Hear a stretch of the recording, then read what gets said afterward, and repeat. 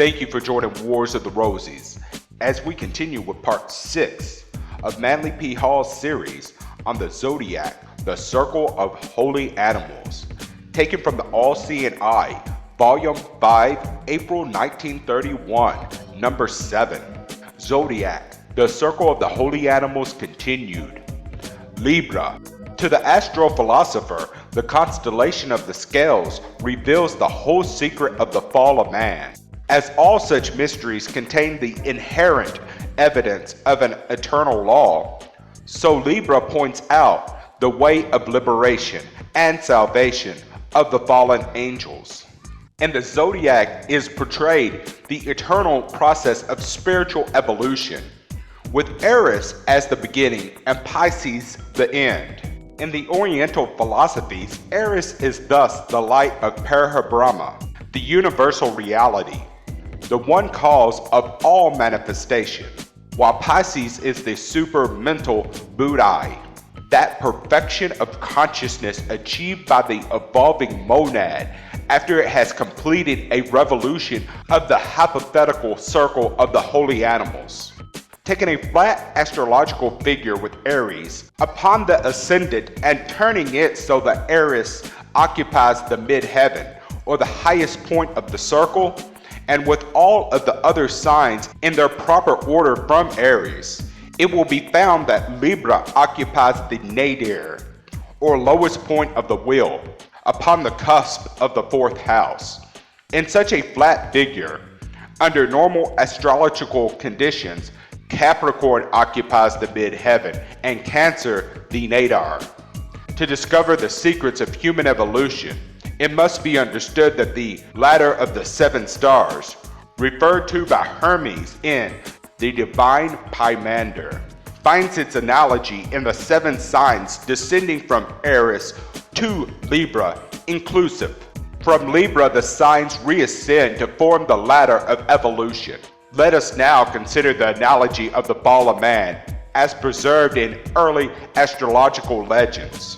We are told that the zodiac originally consisted of 10 signs, but that in remote antiquity the number was increased to 12. This increase was effected in the following manner.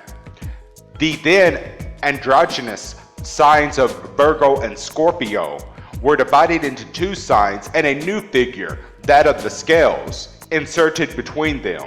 Herein is revealed astrologically the Kabbalistic legend of the creation of Adam and Eve, who were formed united back to back like grotesque Siamese twins. The old Jewish writings described how God with a mysterious instrument severed them. Then followed the fall, and the generations of mankind began. These generations signified by the sign of balance. From the ecclesiastic point of view, man is conceived in sin and born in iniquity, with only the church between him and damnation. Hence, the Pope as the personification of the divine man, or the vicar of God, wears the symbol of that decadent humanity whose wretched state can only be improved by an abundance of faith. The hieroglyphs of the signs of Virgo and Scorpio, which were divided to form mortal man, are still strikingly similar. Both resemble a capital M. In one figure, that of Virgo, the final point of the M is downward, and in Scorpio it is upward. Taken as a whole, the sign of Libra signifies material equilibrium, i.e., the balanced forces which conspire to produce man, whose nature the ancients were wont to describe as suspended between heaven and hell. Spirit and matter are here combined in a middle field to produce form. Intelligence and substance engender a personality, which is united to spirit by inspiration and aspiration, and to matter by its chemical constituents and animal instincts. No study of Libra would be complete without reference to the Egyptian ceremonial of weighing the soul in the scales of divine justice. In the judgment halls of Amenti, This was an integral part of the Egyptian initiatory ritual, and in it the scales become emblematic of natural justice. As the seventh sign, Libra must also convey the various significations associated with the number 7, chief of these being that of law. Justice is usually represented as holding a pair of scales, the modern figure being simply a conventionalization of the ancient concept, which was based upon the 7 natural laws. In the Egyptian judgment scene, the soul of the deceased was conducted by the god Anubis into the hall of the 42 truths and their judges. This hall, generally termed the Hall of the Twin Truths, represents the 2 pans of balance. Here the heart of the dead, usually shown with a small urn, was placed upon one end of the scale and a feather, or the emblem of eternal truth, upon the other.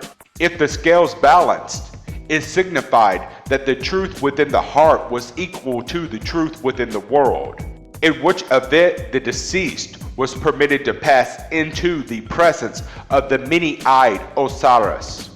After propitiation and offering, the soul then passed into the Elysian fields, which are called the abode of the blessed dead. If the balance, however, disclosed a discrepancy between the truth in the heart and that in the world, then the shade of the dead was committed to the tender mercies of Typhon, the destroyer, who swallowed up the soul amidst great anguish. Typhon here is symbolic of rebirth, which swallows up the individual who has not earned liberation.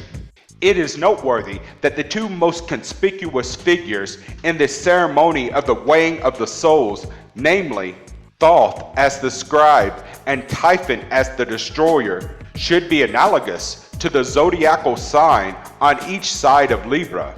Virgo is the nocturnal house of Mercury, and the Latin Mercury is identical with the Greek Hermes and Egyptian Thoth. In the Egyptian form of Thoth, the fact that he is the nocturnal Mercury is frequently shown by the lunar crescent upon his head, and the reference to him as the guardian of the moon or night. Scorpio will be readily recognized in the personality of Typhon, the destroyer. It will be remembered that Typhon, or Set, who was the betrayer of Osiris, was also regarded as a genius of depravity. In the mortuary papyrus, Typhon is shown with a head of a crocodile and the body of a hog. He is ever the spirit of evil, whether in the form of Lucifer or some chimerical monster.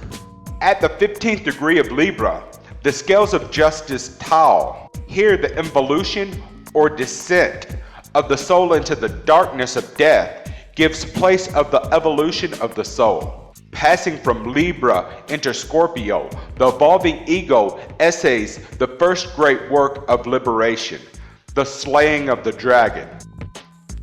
Thank you for watching. Please don't forget to share, like, subscribe, and comment. And if you can, please consider donating to Wars of the Rosies through PayPal or Patreon. Links are in the description. Thank you very much.